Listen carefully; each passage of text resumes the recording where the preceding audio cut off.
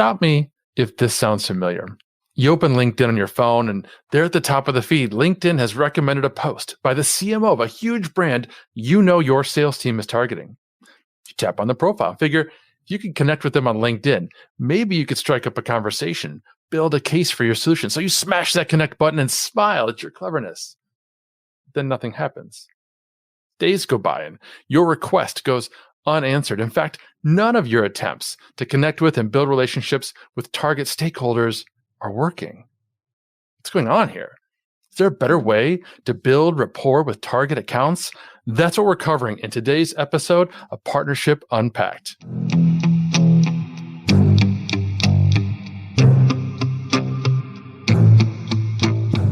This is Partnership Unpacked, your go-to guide to growing your business through partnerships quickly.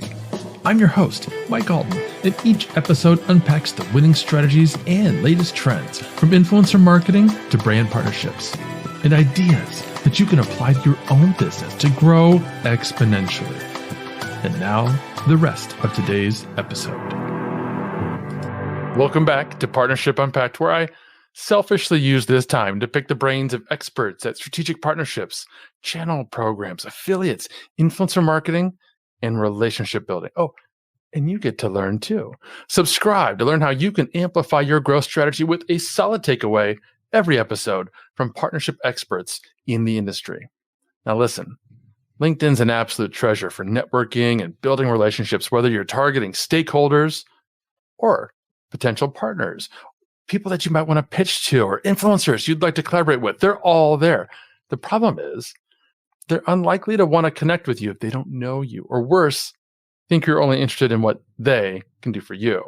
And I see you in the back waving your hand because you made it a point to write a charming introductory note every time you send a connection request. Bravo. But you're still leading with an ask to connect. What if I could show you a way to initiate a connection with someone that starts off by offering them something of real value, something that will potentially foster a real relationship that could lead to a sale or a partnership? That's exactly what our guest today, Dr. Adrian McIntyre, is going to talk to us about. Dr. McIntyre is a cultural anthropologist, a keynote speaker, and communication advisor. He's lived and worked in over 30 countries, spending a decade in the Middle East and Africa as a researcher, journalist, media spokesperson, and marketing consultant. Adrian has been podcasting since 2016, serving as a host, producer, featured guest on more than 300 podcast episodes, and he's turned that experience into a channel for thought leadership campaigns and B2B podcasts for professional firms. He's graciously agreed to help me understand how I can use this podcast to further partnerships and sales for Agorapulse. So y'all get to listen to my consulting session. Hey, Adrian, welcome to the show. Mike, it's great to be here. I love that introduction because who hasn't been there waiting for the unresponded to connection request? Oh my God, the pressure is real. Yeah, I don't ever want to go into my pending ask, because you could see how many times you've asked people and they just are ignoring you. That's just going to kill my ego. But I got to ask, what is a cultural anthropologist doing on this show? I don't know what a cultural anthropologist is doing anywhere, to be perfectly honest with you. I wrote this article a few years ago for a publication that focused on like supply chain, warehousing, manufacturing, that kind of thing. And they wanted my point of view on relationships and communication and storytelling. And I just couldn't get over the fact that I'm like, what is an anthropologist even doing here? But the answer is sort of obvious. And that is anthropologists are specialists in human beings. And the cool thing about the field, why I got into it when I really seriously lacked direction and purpose in my life, was I realized the sort of interesting irony of it. Unlike any other social science, you are the subject and the object of study. You get to be a human being studying humans being human. And there's something sort of neat and meta about that I always enjoyed, because if we're not trying to understand this human thing that we also participate in by virtue of being here, what are we doing? No kidding. And that is fascinating. And it was one of the things that I just picked up in our conversation when we first, met a while back. I knew I wanted to have you on the show, particularly when we started talking about podcasting, not just as a thing that you do, but your approach to podcasting. So right off the bat, I want to ask, why is the traditional approach to podcasting just so wrong for a B2B brand? Well, I don't know that it's always wrong, but I think we should start with that exact question. And that is, what is the purpose of the podcast? And to be quite honest, there's a lot of really great podcast advice out there. And the vast majority of it is aimed at the indie creator.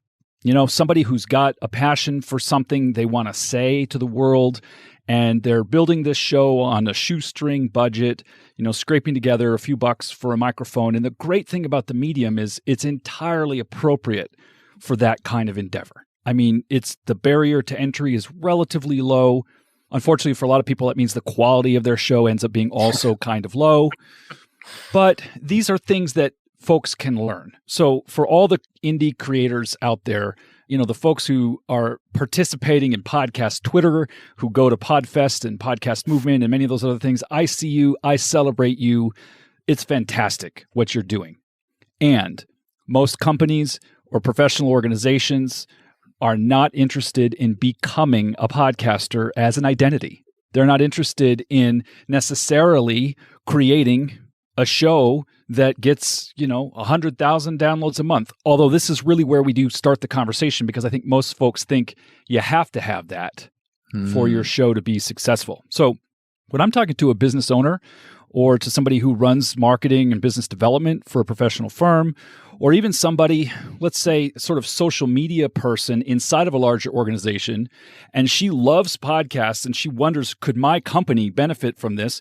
The answer is yes, absolutely. But we need to think through the strategy.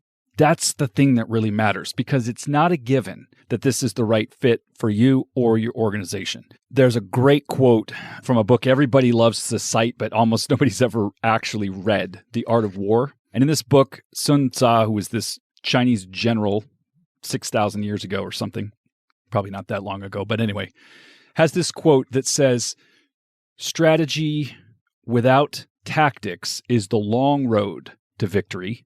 Tactics without strategy is the noise before defeat."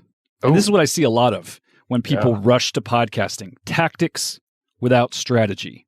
And then they struggle to produce the results that they want. So here's where we start. For every business, the investment you make in any marketing program or any business development initiative has got to be measured at the end of the day in revenue. The key distinction is, what's the source of that revenue? Where does your business's revenue come from? Here's what I want you to understand about most people who are trying to grow an audience for their podcast. They need the show itself to be the source of revenue. They want to grow an audience of loyal followers, listeners, subscribers, so that they can hopefully monetize their show on a CPM basis, because they've now achieved a certain number of downloads, certain number of unique listens, whatever metric they're using. If your professional organization would like to grow the business, the good news is you don't always have to grow a large audience in order to do that, right? So I think we just need to kind of clear the stage a little bit from the pressure most people feel to have some sort of hit podcast that hits, all these great download and subscriber metrics. Maybe you'll get there, maybe you won't. And it doesn't always matter. Just straight talk. I like to talk about what I call the podcast value pyramid. And I don't have a graphic, so I'll just use my fingers right here on the screen. So if you think of a pyramid, the base is the widest layer, right? So there's 3 layers to the podcast value pyramid. The base layer is fans. The middle layer is your funnel. And the top layer is the pinnacle of the podcast, is face-to-face relationships. Fans, funnel, face-to-face relationships. The interesting thing about this might not be immediately obvious. For a business, the value of those layers increases as you go up the pyramid, and the number of people required to make it work decreases. So We can talk about fans and we can talk about growing a huge audience, but really what I'd like to do is zero in on the middle layer, which is your funnel, sort of the content marketing strategy. I have more to say about that, but I won't talk your head off right here at this point. And the face-to-face relationships, using your show as a way to get long conversations with people that you would most like to meet and get to know and build a real human relationship in the process.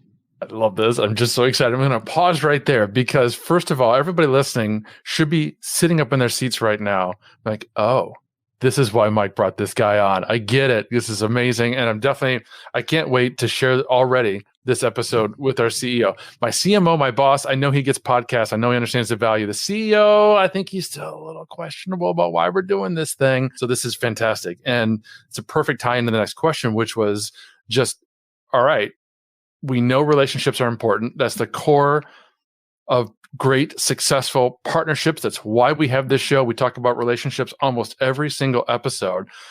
So tell us, how do we actually use the podcast to build relationships? The first thing is really counterintuitive, and that is your show can't be about you. I mean, it could be, but who wants to come on a show about someone else's expertise? So the initial work that we do in our strategy consultations is we have to define a show concept that is going to appeal to our target prospects.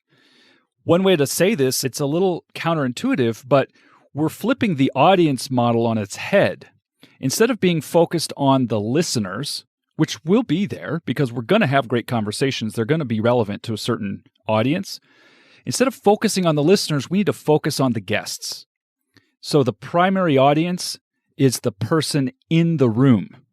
And whether that's in a physical room, which is fantastic when you can do that, or if it's in a virtual room, like we're in right now. Mike and I are in a virtual room having a conversation, but I guess in a way, you and I, listener, watcher, whatever you're doing, are in a room together because here we are for this conversation.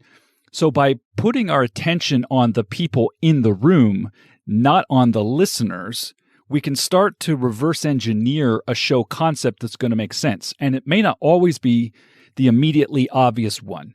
So I've often said, some examples of this in Arizona, where I live now, California native, but I ended up here kind of by accident. Arizona legalized cannabis a few years ago, and it's a burgeoning industry here in the state, the legal marijuana industry. There are a lot of folks, professionals, who are interested in doing business with cannabis firms, whether they are the grow operations or the dispensaries or all the ancillary companies that are involved in the production and distribution of this product. They may not be members, participants, if you will, of that field. They may not consume the product. They may have all kinds of opinions about it, but they'd like to do business with those folks. Great. What if instead of being a show about accounting, if I'm a CPA, I develop a show about leadership in the cannabis industry?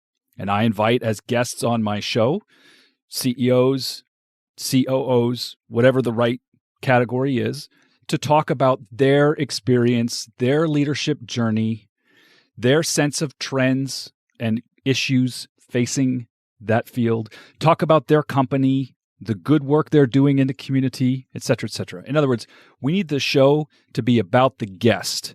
That's really the secret sauce, coming up with this magnetic show concept. So when we tell people, hey, I've got a show about leadership, I've got a show about sustainability, I've got a show about whatever is the right fit for your prospects, it's come to my attention that you might be a great candidate to come on the show. Talk about your company, talk about your experience, talk about the path that led you to where you are today. Would you like to be a featured guest on my show? That's, in a nutshell, kind of the way that you can use a podcast primarily as a networking or high-value prospecting tool. And that's pretty much what you do for businesses now, right? You help them set this up? Right. So I work with a lot of different professional firms primarily.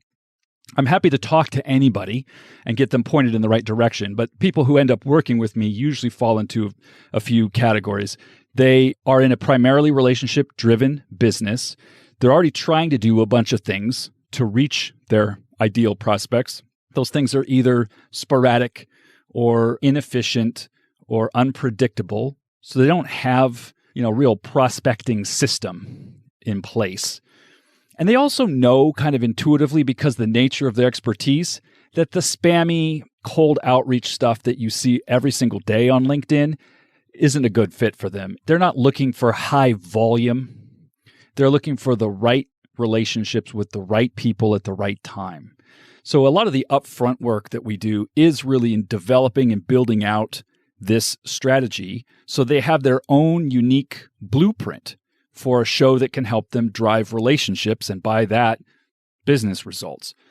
They might choose to have us produce the show or not. Actually, the goal of these consultations is always to leave people equipped to make their own choice. And in fact, the best option for them might be to find a freelance audio editor in their town who could be their contractor for the production part of the show. We do produce shows ourselves, but I'm not out here trying to sell podcast production to people. I want them to get headed in the right direction. And sometimes that means giving them the blueprint and sending them on their way. This is so fascinating. Is there a specific example of a client you might be able to share? You can name their name or not if you just want to put them in an industry, but kind of help us understand and wrap our head around how this might work. Yeah, absolutely. Well, I can use myself as an example. Okay. I mean, I have other client examples too, but one very clear example is the show that I operated here and produced almost 130 episodes of. And the core premise of the show was we were talking about business here in the Valley. That's the greater Phoenix metropolitan area. So with my show, Valley Business Radio, I had a lot of executives and corporate leaders, small business owners, partners and principals of professional firms come on the show. So it was a little bit more of a general business show. But why was I doing that? Well, one of the things that I love to do is speak and train on communication and storytelling, really the fundamentals of how we create meaningful connections through conversation. So I would have these folks on my show. These are people who wouldn't have responded to a LinkedIn, cold outreach message in the typical automated way that people are doing it. They would definitely not have agreed to let me buy them lunch, or some of the other kinds of things.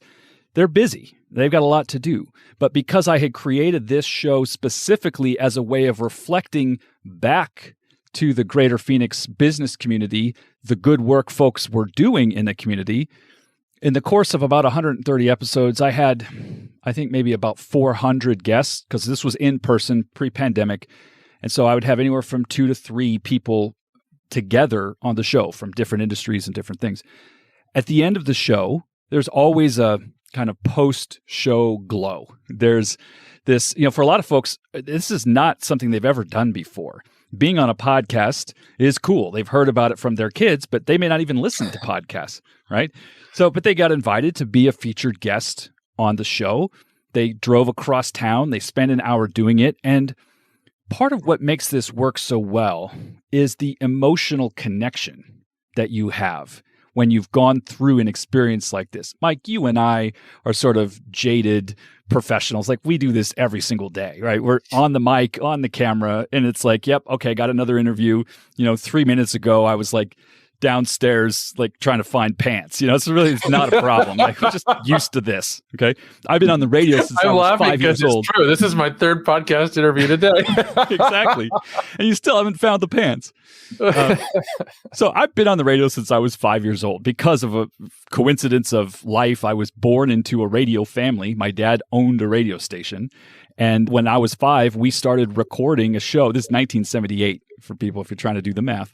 We started recording a show in our home studio that was a kids show called The Happy Day Express. So I've literally been having a weekly show. It was not a podcast. We were editing it with a razor blade on 1/4-inch tape.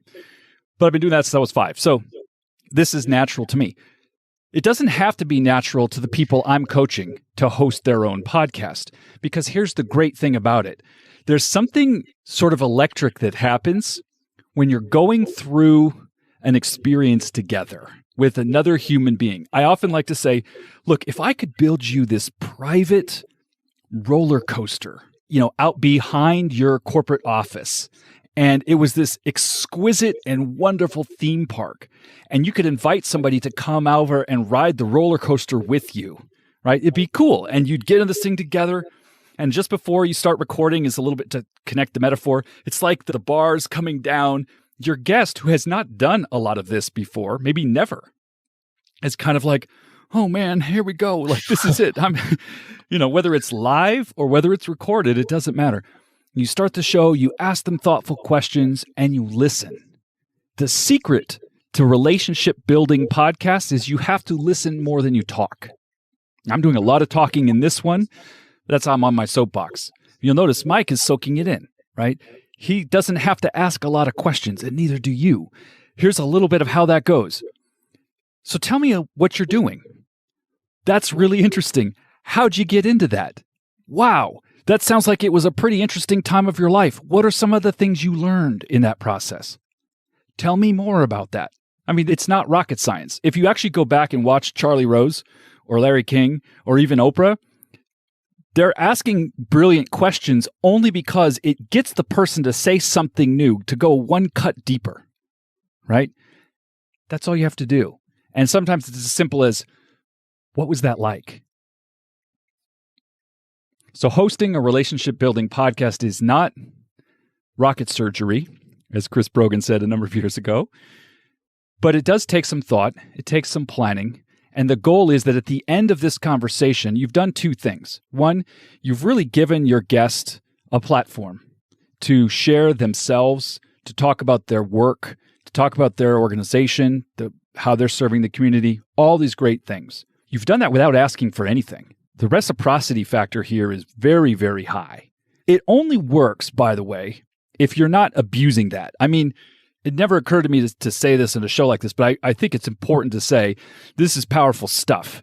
And when your intent is good, when you really do want to serve this human being, get to know them in a meaningful way, and maybe you'll end up doing business together, maybe you won't.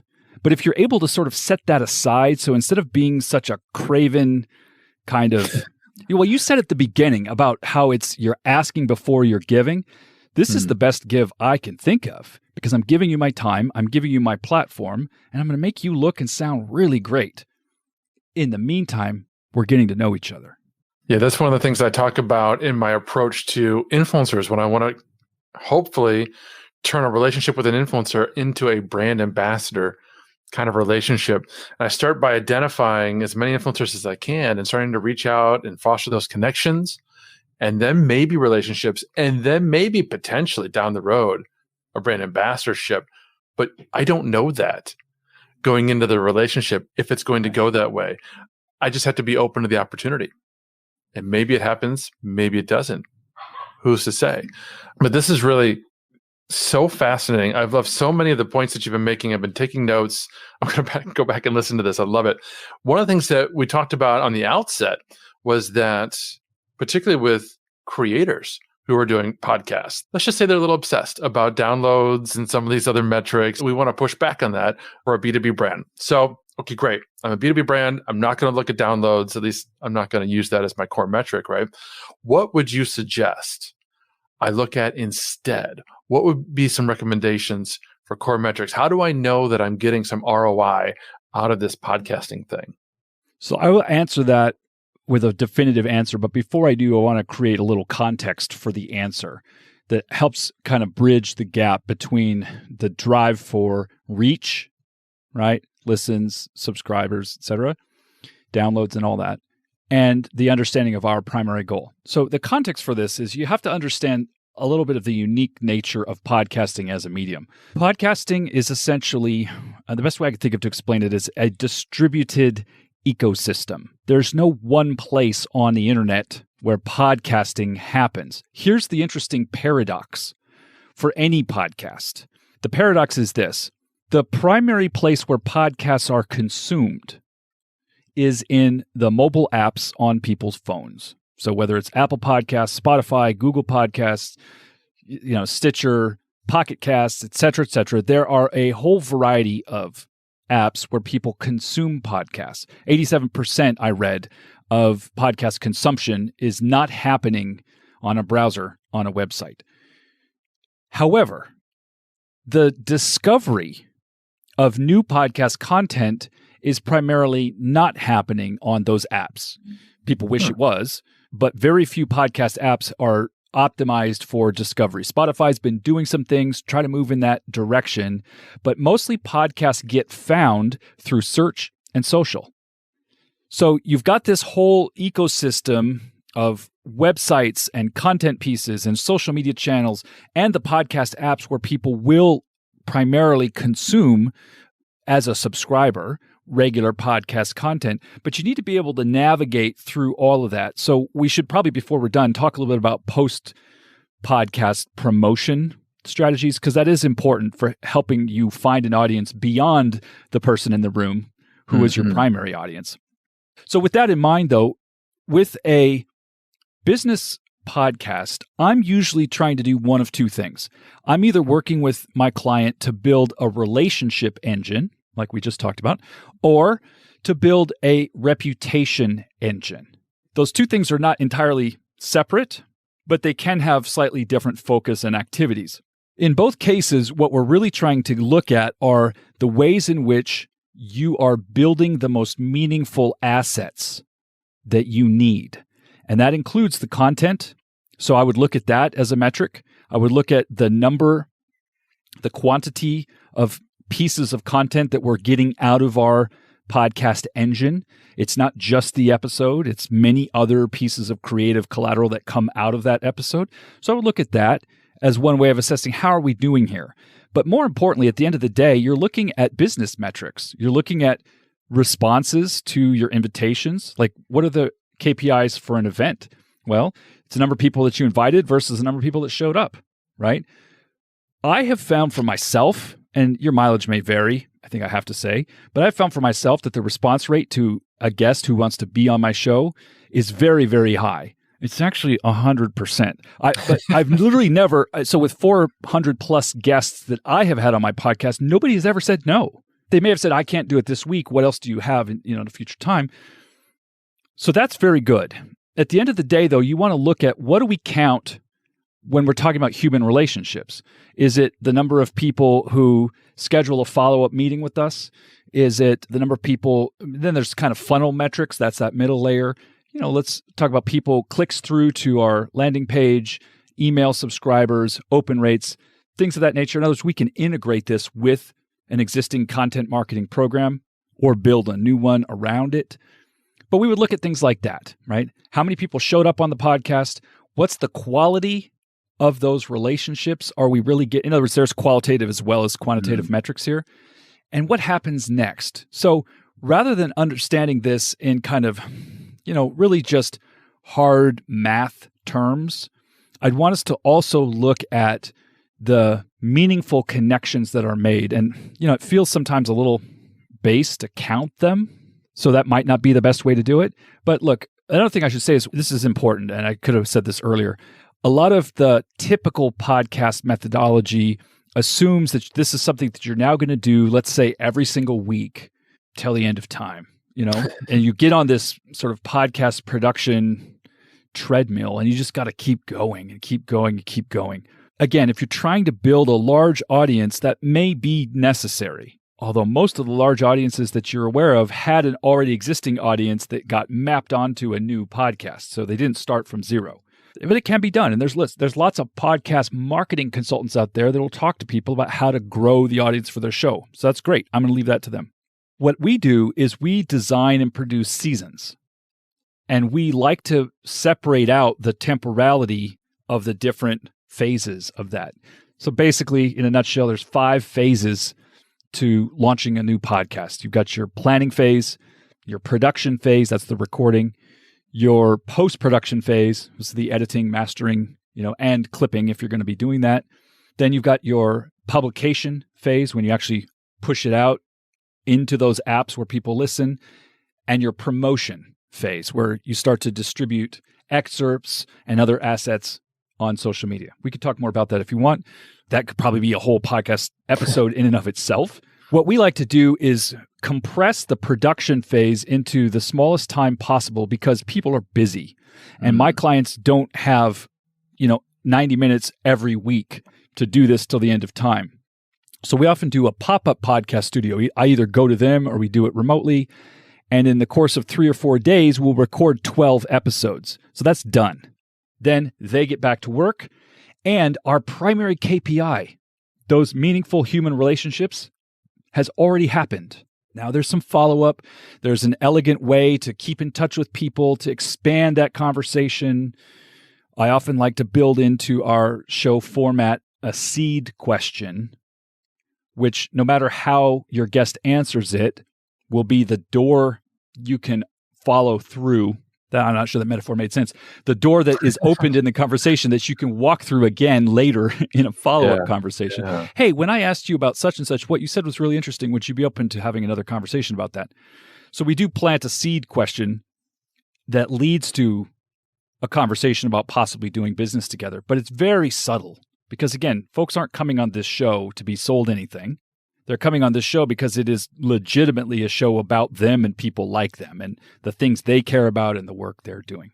So I've gone off script here and sort of talked my way around a bunch of things, but your KPI question really comes down to that. Yeah. Measure what matters. And if reach doesn't matter, look at it in 6 months. Look at it in a year. It's not the thing that's going to make the needle move in your business anyway. You're not getting paid for listeners. So true. This is absolutely fascinating. And folks, I hope you've been paying attention. So we've been talking with Adrian McIntyre about building relationships through podcasting. And he's just spilled the tea on the real reason why brands should be doing this and how to measure the ROI from this channel. And before we continue, I've got one more important question for Adrian. My CMO at Agorapulse, Daryl Prale, he wants to share how important social media is as a channel and how to measure ROI there. It's the Arc de Triomphe. Can you imagine if you're in charge, if you're the CMO of marketing Paris? What are your main channels? Wow, there's the Arc de Triomphe. There's the Eiffel Tower. There's the Louvre. Those are your channels you're going to use to drive tourism dollars in. Okay, now, but you're not the CMO of Paris. In fact, you're the CMO of your company, product, service. So what are your main channels? Well, I'm going to guess they're things like pay-per-click, maybe trade shows, events, maybe content. Those are all pretty predictable, right? Let me ask you this question. Are you treating social media as a main channel? By the way, only 1.8% of you today measure social media and can prove an ROI in that investment. HubSpot and Gartner say social media is the #1 channel to invest in this year. Are you doing it? If not, I can tell you why. You're not doing it because you don't have the tools, you don't have the mentality, and that's okay. We've got you covered. You change the mentality, we'll give you the tool. Agorapulse tracks all the ROI for you. One place to manage all your social media activity, your #1 channel. Change your success. Treat social media as a channel, one CMO to another. My name is Daryl. I'm with Agorapulse. I'll talk to you soon.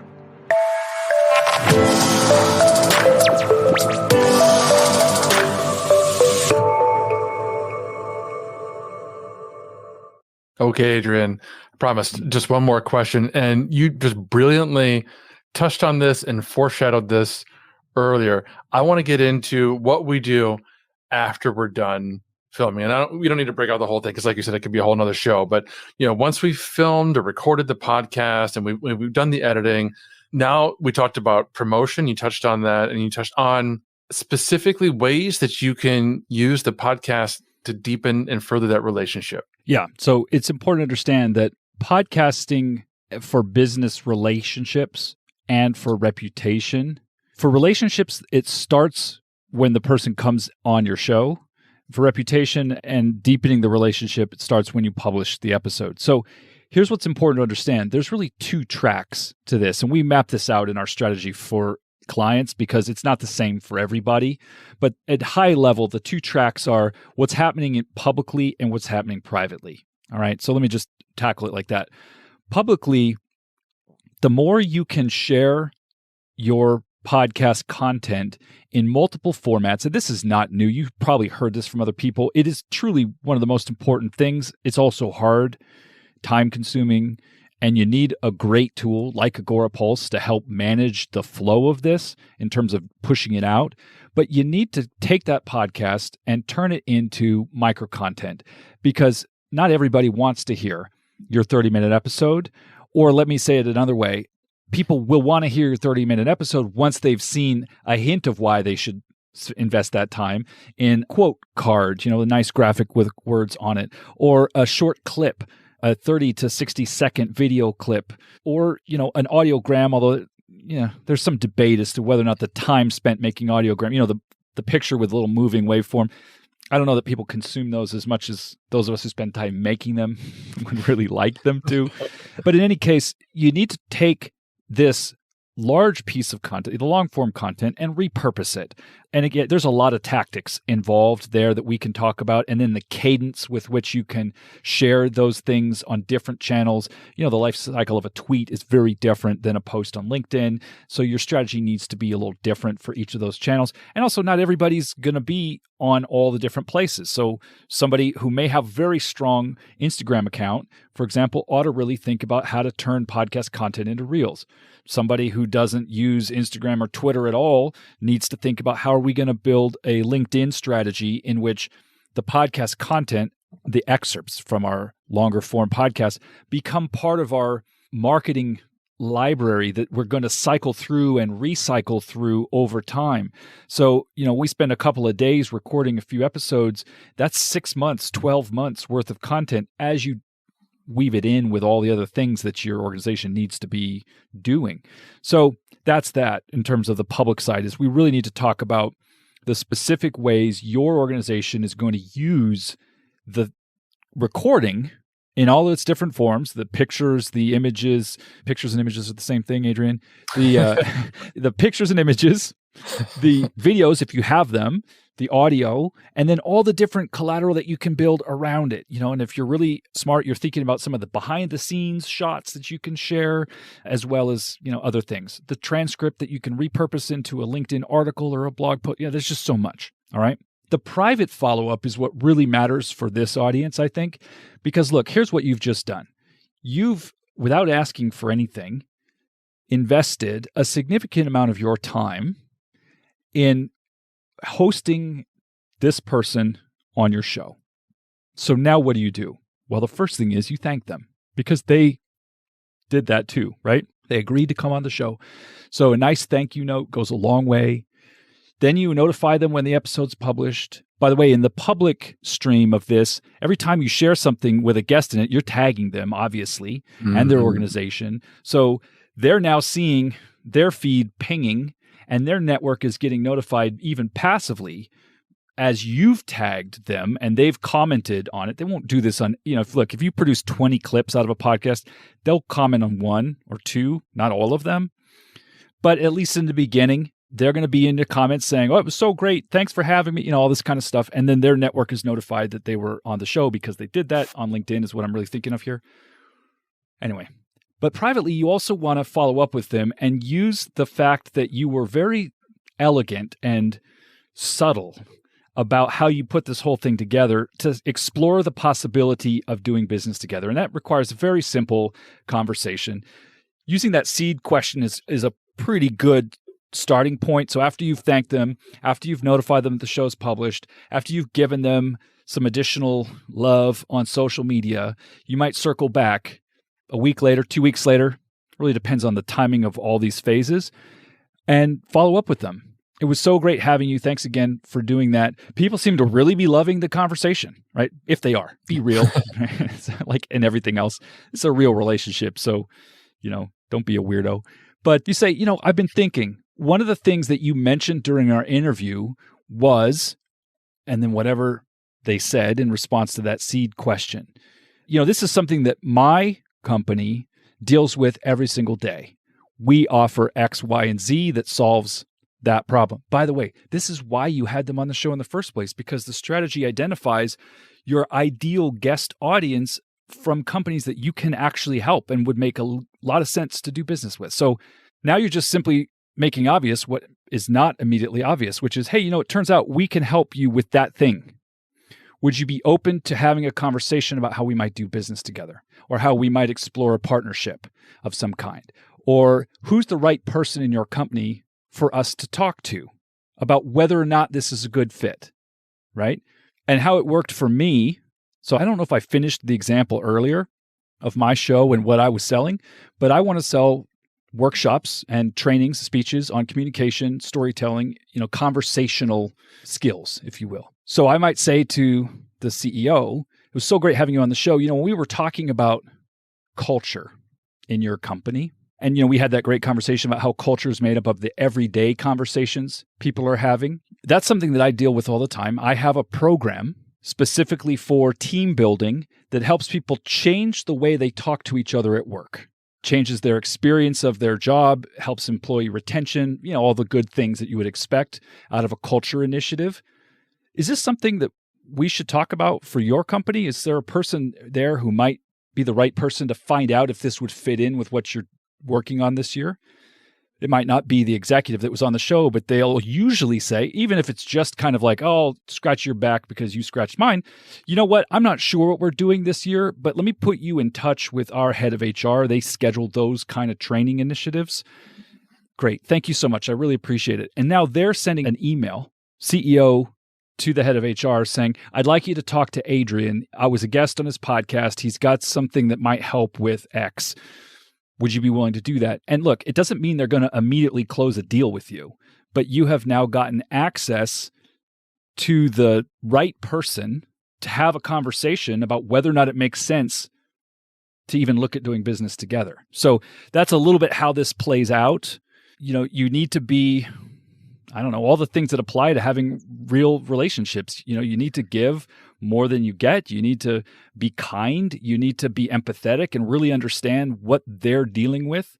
Don't try to help people who don't want or need your help because ew. But using a podcast as a way to start a relationship on a really high note. There's other people doing it. I'm not telling you I have this sort of secret playbook, but it's not that common. And if it's something, look, how would you know if this is a good fit for you? All right. You need to make real connections with the people that you do business with. In other words, already that this isn't something what you sell is not what they're going to buy by going to a landing page, and reading the benefits and features of a product and clicking a button to make a purchase, right? It's a complex sale. It's a consultative sale. It involves you talking to them and then talking to multiple people inside their organization, et cetera, et cetera. You need a way to start that conversation in a non-salesy way because as the tools for communication have gotten more and more open, the gatekeeper function has gotten higher and higher, right? So you can't just reach out to these people and say, hey, I want to talk to you. I mean, you can. The cold email experts will tell you sometimes they are successful in doing that, but maybe that's not a fit for you. If you want to build real connections through conversation, I don't know of a better way to do it. See, this is why I have this show, and this is why I bring people like you on. I say in the outset how I selfishly use this time to ask my questions, and this is exactly what's happened here because I've been doing live video for years.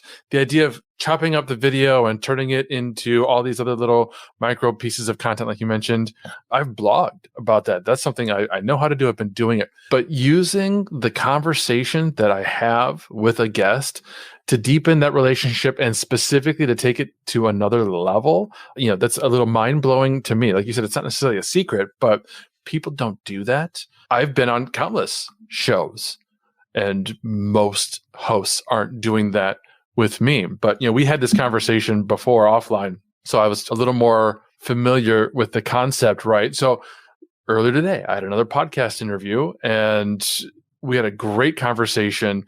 It was very clear during the conversation that his company and their target audience was a lot of overlap with Agorapulse and Agorapulse's target audience. So as soon as the podcast was over and after I'd thanked him, we then got into a conversation about how we could actually partner together.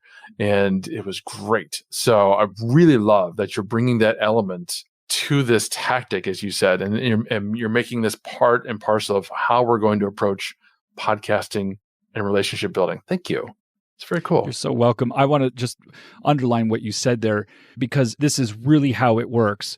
I don't really like the word pretext because it sort of sounds manipulative. But the podcast is the pretext. So the only way to make it work is that you really do care and you really do want them to succeed and you really do want to shine a light on the good work that they're doing, you really want to feature them. That is so important. The best conversation, though, is the one that happens right after. The magic starts there. The recording stopped. They're super like, whew, especially if they haven't done a lot of this before. And listen, interviewing hundreds and hundreds of people, the number one question that happens right after you turn off the recording is, how'd I do? Like genuinely a lot of nerves going on, a lot of energy. And, you can tell them, listen, you were great. It was great. I'm so glad people got a chance to hear what you had to say. Have you had a chance to do something like that before? No, never. This is the first time. Wow. What was that like for you? And now you're having a real follow-up conversation immediately after the show, and it just naturally leads into other stuff. And they say, so is this what you do full-time? Oh, no, this is something that I do because I love it. I love serving my community. I like sharing the stories of people who are doing important work. And also it gives me a chance to meet people like you. And sometimes we find there's opportunities for us to do business together, but sometimes there isn't. This is why I do it. Love it. Love it. Thank you so much. This has been You're welcome. Phenomenal. I want definitely for you to share where people can find you, where they can learn more about you and take this conversation even deeper if they want to with you. Yeah, absolutely. I mean, as I said earlier, I'm not the right fit for everybody. So, please, if what you're looking for is to grow a large audience, then you should find a podcast marketing consultant who will do that.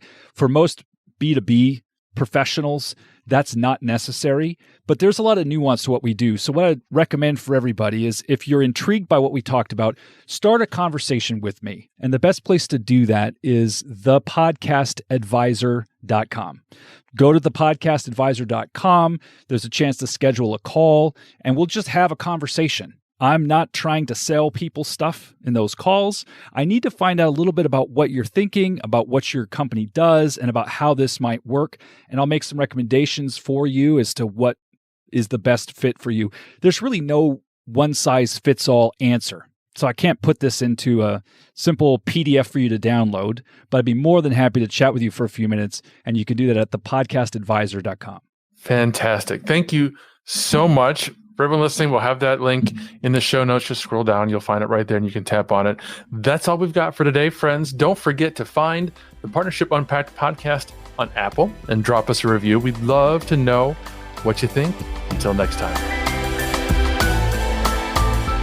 Thank you for listening to another episode of Partnership Unpacked, hosted by Mike Alton and powered by AgoraPulse, the #1 rated social media management solution, which you can learn more about at agorapulse.com.